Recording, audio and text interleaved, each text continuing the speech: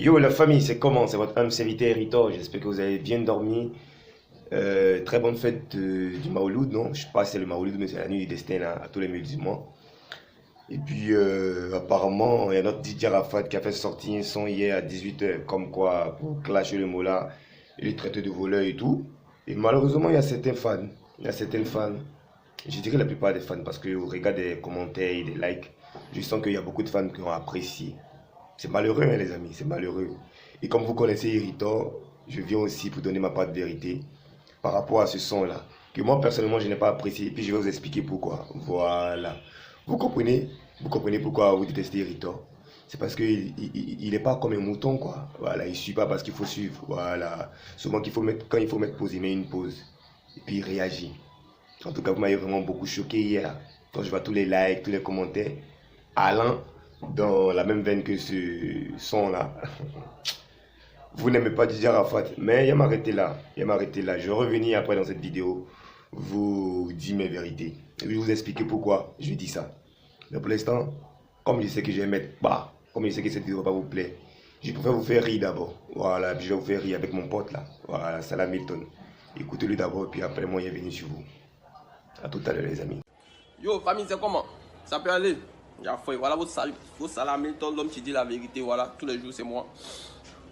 Quand vous prenez les médicaments d'acheter, prenez le temps de lire la notice pour voir les contre-indications, les effets indésirables, tout ça là, c'est très important.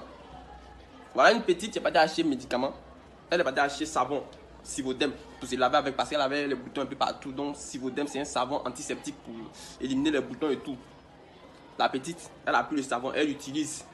Premier jour, deuxième jour, troisième jour net, si son visage devient lisse, en tout cas tout a disparu, le bouton, elle se regarde, elle fait touche, vraiment, elle est fière. Donc le soir, sans se laver, elle a venu se laver, elle se met devant le miroir, se mirer un peu, elle regarde tout est lisse, elle regarde sa poitrine c'est devenu lisse. Ah, il n'y a plus de seins. Tiens, ouais, ses seins ont disparu. Dans quel coup? Elle ne comprend pas. Vous-même, vous ne comprenez pas. Pourquoi ça peut disparaître? Voilà le souci. Le truc c'est que la petite, ses seins étaient tellement petits, elle a utilisé le savon contre ses boutons.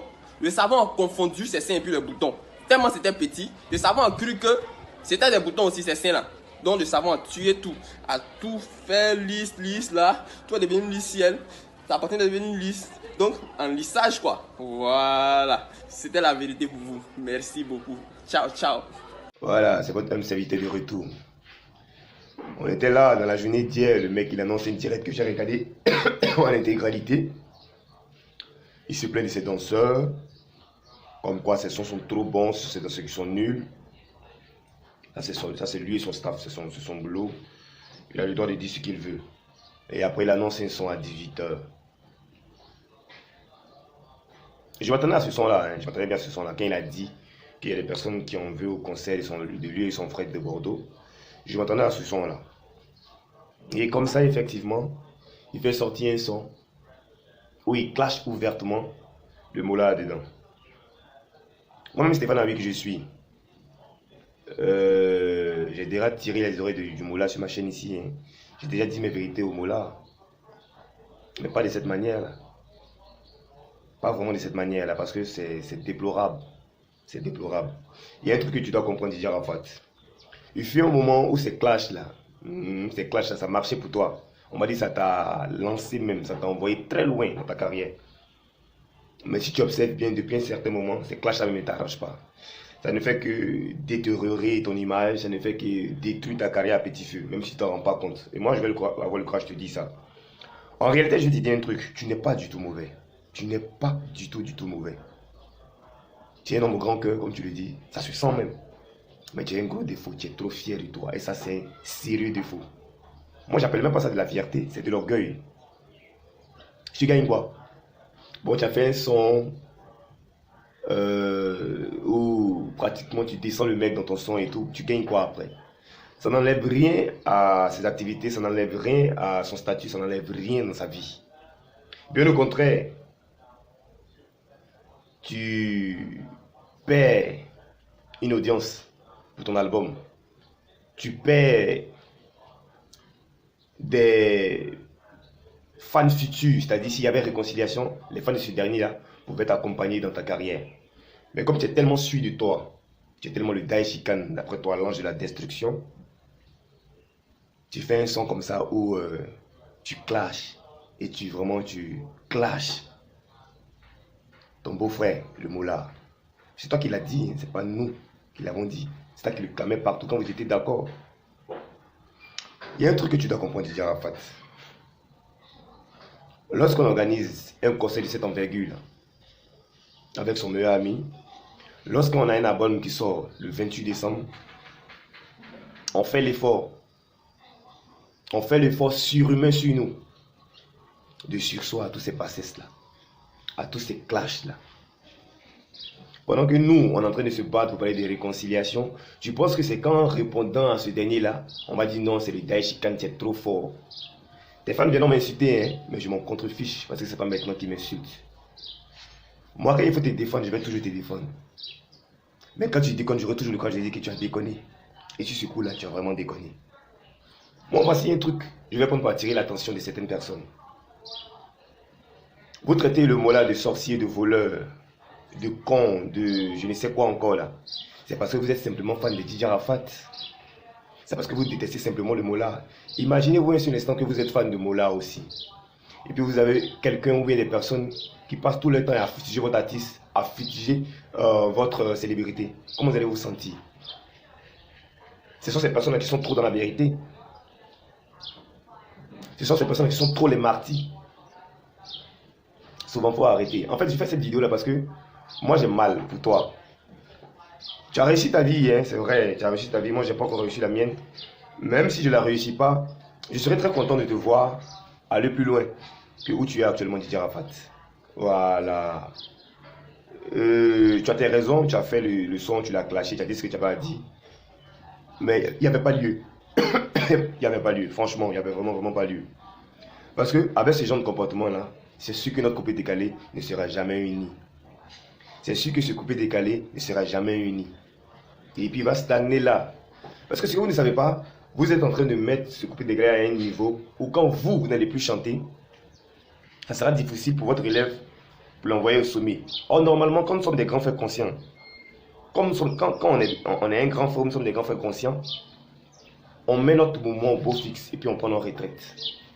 C'est ça qu'on appelle des personnes qui ont du cœur. C'est ça qu'on appelle des personnes qui sont vraiment pleines de bonne moralité, de bonnes choses, de bon esprit. Mais vous savez, vous êtes en train de, comme on dit, nyangami, comme on dit en Djoula, mélanger tout bousiller, casser tout. Et puis, demain vous ne chantez plus, et puis le mouvement est là, comme ça, et puis le mouvement meurt. Parce que ce que moi je vais te dire, c'est que moi, Stéphane, je t'ai défendu. Oui, je t'ai défendu plusieurs fois même contre le mot-là. Mais quand on te dit arriver un moment, il faut arrêter. Puis penser à demain, il faut le faire. Quand on te dit souvent, il faut arrêter. Didier Arafat, fais l'effort sur toi, de faire pause, de laisser tout tomber et puis regarder devant. Il faut le faire. Petit frère donne conseil. N'importe qui peut donner conseil. À la base, je ne suis pas fan de toi. Hein. Tes fans même le savent. Mais je te supporte simplement parce que tu es avec mon artiste. Et comme je veux que paix et réconciliation dans ce mouvement, et surtout en toi et mon artiste, je me dois, comme je l'ai dit, de toujours te défendre. Mais quand il ne faut pas te défendre, il ne faut pas que je t'encourage. Tu ne devais pas, honnêtement. Tu ne devais vraiment pas. Bon, les amis, vous qui encouragez là, il a fini de faire ça là, c'est quoi le bail? C'est quoi? Qu'est-ce que ça change? Bien au contraire, ça va continuer cette sorcellerie qu'il y a autour de lui là. Ça va continuer à boycotter tous ses projets. Didier Arafat, lorsqu'on sort un album international, là, ce ne sont pas les gens de ton pays seulement qui vont payer. Qu'est-ce que tu dis des regards des autres? Qu'est-ce que tu dis du regard de l'extérieur? Par exemple, en Europe, tu veux t'exporter, non? Tu penses que les Whiteys, ils sont trop fiers de ce genre de comportement là.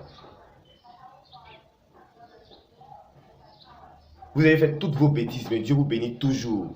Vous avez signé avec les grandes majors. Vous sortez bientôt un album. Vous préparez un concert. Mais vous ne pouvez pas avoir l'humilité de vous calmer. Moi, je dis toujours un truc. Quand tu es un enfant de Dieu, que tu es en train de mener un projet, ton cœur ne doit pas couper. Ton cœur ne doit pas prendre l'eau. Ton cœur ne doit pas battre. Parce que quelles que soient les manigances, quelles que soient les médisances, quel que soit ce qu'on fait dans l'homme contre toi, tu triompheras toujours. Mais toi, ton problème, Didier Arafat, c'est que toi, tu t'es dit que c'est quand tu réponds à la personne, on dit oui, tu es Didier Arafat, que tu es trop garçon, tu es trop l'état et chicane.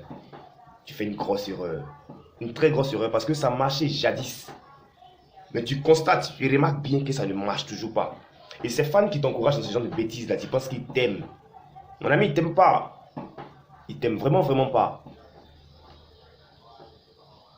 Le seul succès, pour ne pas dire le seul secret d'un nouveau grand succès, surtout pour ton album, c'est l'humilité.